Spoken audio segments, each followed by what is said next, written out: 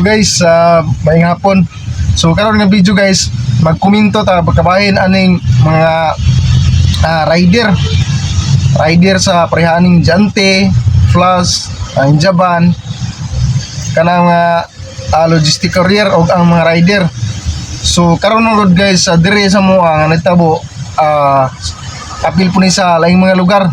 So karon gamay na lang ang mga rider, mikan nga ang sweldo man gud ani nga mga rider. Ako na-experience man gyud ko diha po sa Plus, sweldo niya inadlaw. So inadlaw plus dako kay tong benepisyo sa Pilmiro, kay dagko kay tong incentives. Kaya na gitawag nila nga high risk barangay. Kung makahatod niya ato bisag isa lang, na siya 100. So minimum siya 100. Moabot og pulo ka parcel nga diha nga barangay nga gitawag high risk kunohay lisod nga barangay nga na-declare dito nga high risk barangay. So naa siya minimum nga 100 sa isa. Kung moabot og pulo, naa siya kuha ng pulo 150 ala.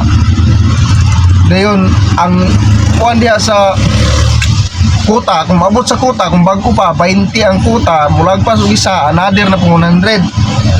Then hantod nga mo abot og 1 month gikan sa imong pagsugod og trabaho sa delivery, naa na pud siya kuta nga 40. Mulagpas sa kutas 40 na po 100. Moto kami guys, nalingaw may nga time kung kami pa kay na may komisyon, medyo ako na komisyon. Then pagkawala na ito nga komisyon nga wala na high risk, tag 5 na lang isa. So medyo naluya na ang mga rider, wala na kayo nahutay. Ganun man, umikan nga kung sa pa may mahimo nila, dili na gigay sila maka provide silang panginahanglan nun. Umikan kay kamay lang makay sweldo.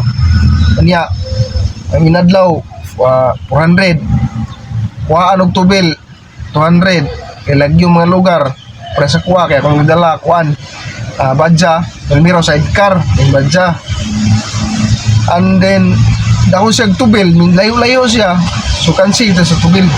So more ni guys akong cashier kabahin sa rider, delivery rider.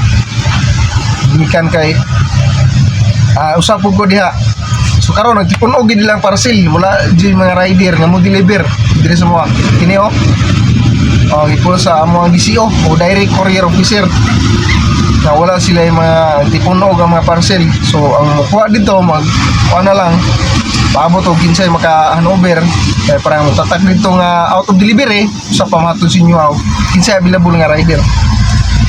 So mura sa experience guys nga medyo pangyud ang PT jud ang pang one deliver. So karon na guys, masahiro nun sa pugo. Dayon, i-offeran ko nila nga 25 ang isa. May man po probasin og magabalik ta. Dili pas mo karon. Okay lang sa guys, salamat. Peace.